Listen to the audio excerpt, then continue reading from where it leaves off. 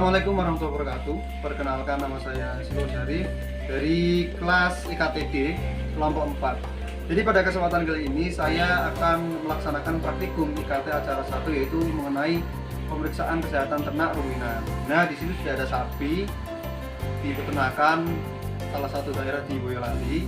Pemeriksaan tentang jarak jauh, pemeriksaan jarak dekat, anamnesa, terus pemeriksaan denyut jantung, pemeriksaan frekuensi napas, suhu rektal, dan lain-lain. Oke, langsung saja kita cek dan kita buktikan. Mohon maaf karena sebelumnya rekaman anamnesa saya tidak terdengar. Oleh karena itu akan saya bacakan ulang mengenai hasil anamnesa dengan Bapak Mujiono. Nama Bapak Mujiono, alamat Ampel, Gondang Selamet, Boyolali, pendidikan terakhir SMP, mulai beternak pada tahun 2007. Ilmu beternak didapat dari pengalaman orang tua. Kemudian jumlah ternak dulu awalnya itu 1, sekarang sudah 9. Kemudian bagaimana cara mengetahui kalau ternak itu sakit? Ciri-cirinya yaitu sapi gelerak-gelerak, kemudian banyak keluar lendir dari hidung, sama sapi itu tidak bisa berdiri gitu. Sama kalau kembung itu dia perutnya membesar. Kemudian sebutkan nama penyakit yang pernah menyerang ternak. Menurut Bapak Mujiono, penyakit yang pernah menyerang ternaknya itu kembung, masuk angin, dan deprok atau kakinya itu tidak kuat berdiri. Kemudian cara mengatasi apabila ada penyakit itu, untuk kembung itu diberi minyak kayu putih 2 botol. Kemudian kalau masuk angin itu diberi dengan uyah gosrok. Kalau dia deprok itu alasnya diberi dengan alas karet ataupun alas lainnya gitu. Usaha untuk mencegah penyakit: pemberian pola makan yang hati-hati dan kebersihan kandang, karena pola makan bahan pakan tertentu itu mengandung anti nutrisi yang mana dapat mengakibatkan ternak itu bisa saja kembung, masuk angin, ataupun terkena penyakit lainnya.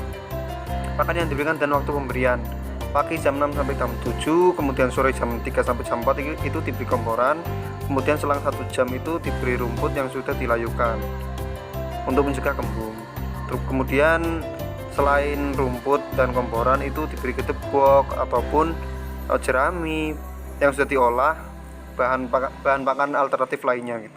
Kemudian setiap 6 bulan diberi obat cacing untuk mencegah cacingan. Cara membersihkan tubuh ternak: tidak pernah dimandikan. Cara membersihkan kotoran diserok menggunakan bablak. Kemudian cara membuang kotoran yang menumpuk: kotoran diserok menggunakan bablak, kemudian ditumpuk dalam satu tempat penampungan feses atau penampungan kotoran yang nantinya akan digunakan untuk pupuk di sawah. Pemeriksaan jarak jauh: dilihat dari jauh posisi ternak itu sendiri, aktivitas geraknya bergerak aktif, posisi berdiri normal, nafsu makan dan minum normal, bagian tubuh yang tidak aktif bergerak tidak ada. Kemudian pemeriksaan frekuensi napas pada sapi ini, setelah dihitung 1 menit, frekuensi napasnya yaitu 28 kali per menit, dan 28 kali itu termasuk dalam frekuensi napas yang normal, artinya dia tidak terdapat gangguan stres ataupun lainnya. Selanjutnya yaitu pemeriksaan gerakan rumen. Setelah saya raba-raba dan saya ketuk-ketuk, itu terdapat gerakan rumen, artinya dia proses ruminasi berjalan normal. Kemudian cek head dehidrasi dari sapi ini. Setelah saya cupit bagian punggungnya itu tidak kulitnya tidak tercupit, artinya dia kencang sehingga dimungkinkan diasumsikan dia tidak mengalami dehidrasi.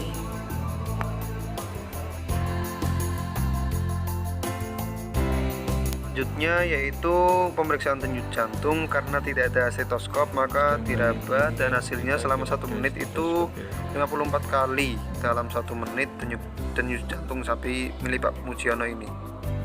Selanjutnya yaitu mengecek denyut nadi pada sapi ini.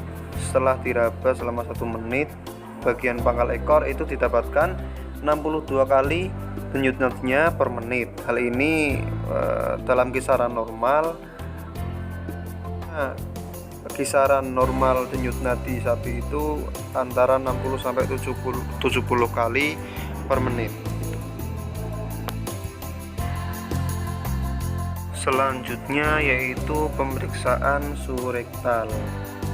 Menggunakan termometer klinis ditempelkan pada rektum sapi dan ditunggu kira-kira 1 menit sampai didapatkan suhu stabil dan hasilnya yaitu 38,5. Hal ini masih dalam kisaran suhu normal karena suhu normal pada suhu rektal sapi normal itu 38 derajat Celcius sampai 40 derajat Celcius. Ketika dia sudah di atas dari 41, dia sudah memasuki suhu kritis sapi. Kemudian pemeriksaan suhu luar pada tubuh itu dengan meraba bagian kuping. Ketika telinga itu agak hangat ataupun panas, dimungkinkan itu mengalami demam. Kemudian pupil mata berwarna coklat dengan sampingnya putihnya itu lumayan cerah, artinya dia menandakan bahwa mata itu sehat, tidak terdapat penyakit. Selanjutnya yaitu pemeriksaan kondisi ambing. Saya tidak berani megang karena ketika dipegang dia mancal kakinya, sehingga dilihat dari jauh ambing itu tidak simetris, tetapi tidak terdapat gangguan penyakit yang menyerangnya. Kemudian kondisi feses normal dengan kandang yang kurang bersih karena belum diserok. Selanjutnya yaitu pengecekan kondisi dari gusi ternak itu. Setelah dicek dan dipegang-pegang, ternyata gusi itu normal sehingga diasumsikan tidak terdapat atau terserang penyakit. Kemudian mengecek mulut dan hidung lembab dan tidak terdapat gangguan. Kemudian kesimpulan, berdasarkan hasil pengamatan praktikum sapi peranakan ongol milik Pak Pungziono di daerah Ampel Gudang Slamet Boyolali, dapat ditarik kesimpulan bahwa kondisi sapi tersebut itu sehat dan normal, tidak ada penyakit tertentu yang menyerang, baik kembung, masuk angin ataupun penyakit-penyakit yang disebutkan oleh Pak Pungziono. Dengan pemeriksaan suhu rektal, frekuensi napas, frekuensi nadi, jenis jantung, dan pemeriksaan lainnya gitu normal semuanya. Terima kasih.